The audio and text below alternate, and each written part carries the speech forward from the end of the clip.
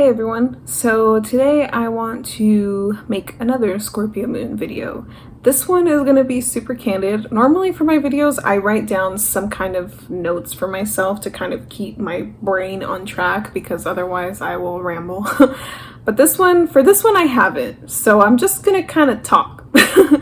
I have been thinking about this topic for a while, and I'm just gonna kind of wing it. So we'll see how it goes.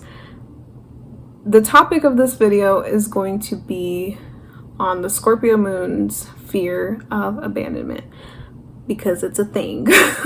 And obviously everyone to some degree has a fear of abandonment or a fear of a loss. Everyone does, because we all live and exist in this life where death is inevitable. It's gonna happen. Everyone's gonna experience loss and grief and pain and heartache and all that. With Scorpio moons, it does tend to be more pronounced, and again, not that no other moon sign could experience it, but like my Scorpio moon and depression video, this is also one of those things that's kind of like a stereotype for the Scorpio moon. So I'm just gonna talk about it, about why it happens. Scorpio moon is ruled by Pluto, and again, your moon sign is your instinctual, habitual, emotional response.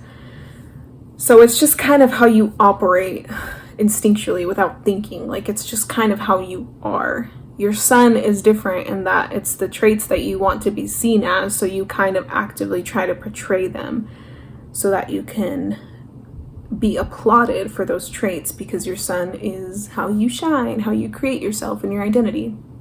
The moon is different in that it's already innately in you. You don't really have to try to be your moon sign, you just are your moon sign. It's what's connecting you to the earth. So being born under the Scorpio moon, which again is ruled by Pluto, and Pluto is about death and loss. So Scorpio moons are born with an awareness of death and loss, and it's how they kind of respond to things. They usually had an experience as a child of some kind of major loss, and if it wasn't an actual physical loss, it could have been a perceived loss as well. And if it wasn't a physical loss, it could have been like a loss of a sense of security, because Scorpio is the opposite of Taurus, where Taurus is our physical security. Scorpio is the emotional security that's connected to that physical security, the emotional security and sense of safety that you get from the Taurus physical security.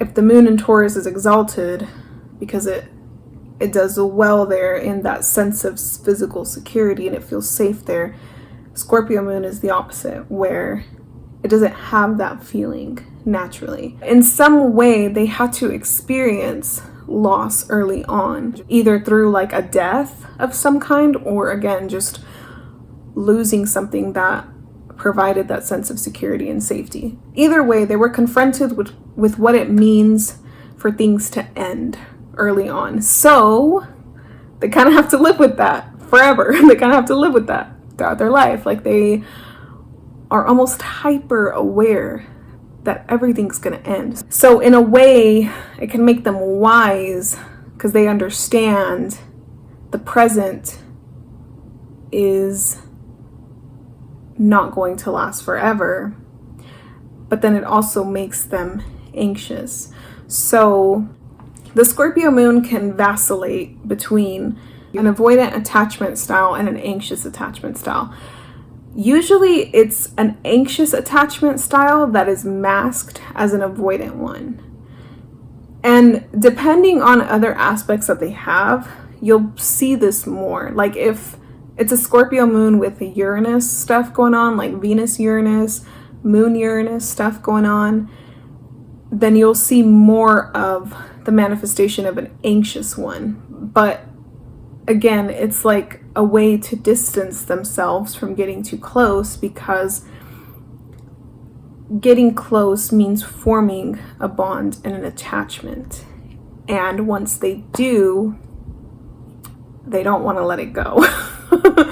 You can also see like trauma bonds with Scorpio moons a lot. But Scorpio moons sometimes don't even want to form those attachments in the first place because they don't want to experience losing them, because they're almost aware that they will lose them, either because they will end or through death. And that pain that they're gonna face, that they know they're gonna face,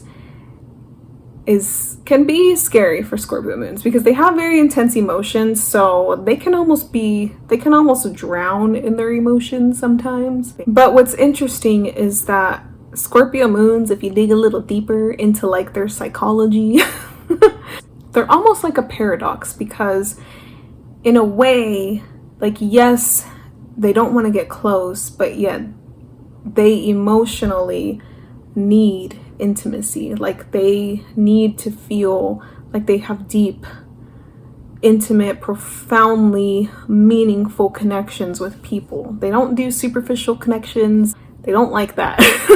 They need to feel close. They need to feel bonded on every level with a person or people in general.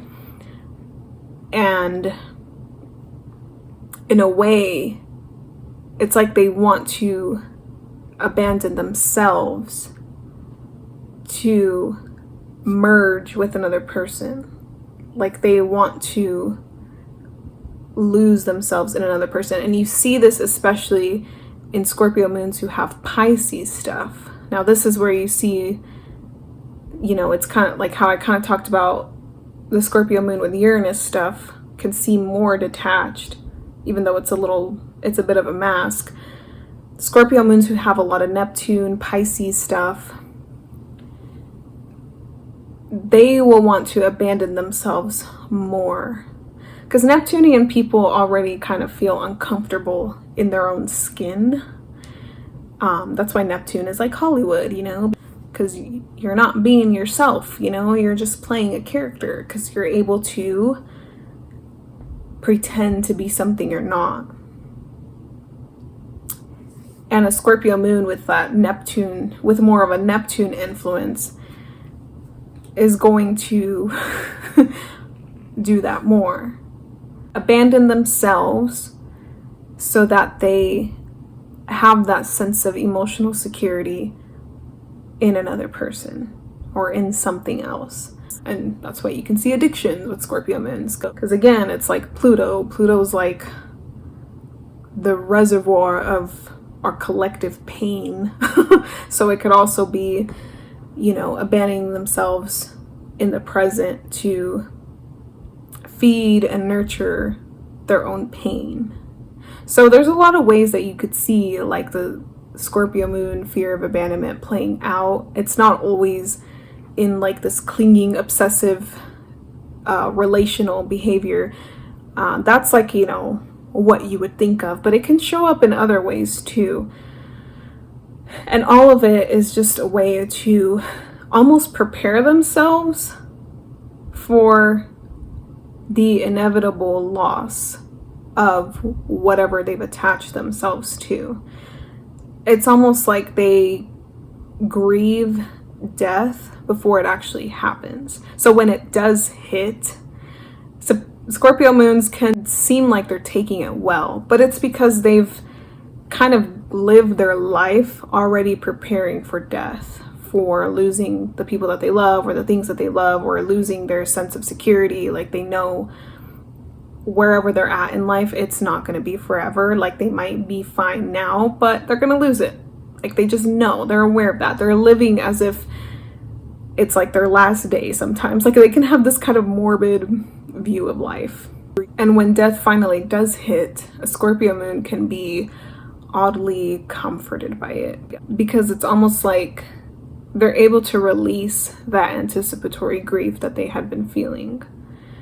So yeah, that's one of the paradoxes, I guess, of Scorpio moons, and just kind of how it might look differently depending on other placements that they have. The way to help themselves through that is also a paradox, because it's almost like you have to abandon your attachment to your fear of abandonment. Like, you have to risk allowing yourself to be vulnerable and feeling that loss, and also maybe acknowledging that you are capable of handling it. You're kind of born under that Plutonian influence, so you're aware of it, and the Scorpio moon's already very introspective, so you can go in there and delve into those scary existential dilemmas that we all have to face in life and find strength in overcoming them. And of course, this goes for everybody. Everybody can do this. You know, it's not just Scorpio moons, because everybody has an 8th house, everybody has Pluto somewhere in their chart, everybody has to face loss and grief in some way. It's like the underlying force in life. It's literally in everything that we do in life. I don't really know where this video went. I just wanted to talk because it's been a while since I've posted videos, and I don't know, I just wanted to talk about that because it was on my mind. Yeah. I don't really even know how to end this now. I'll be back soon, and if you've watched this long, thanks for watching. I'll see you next time.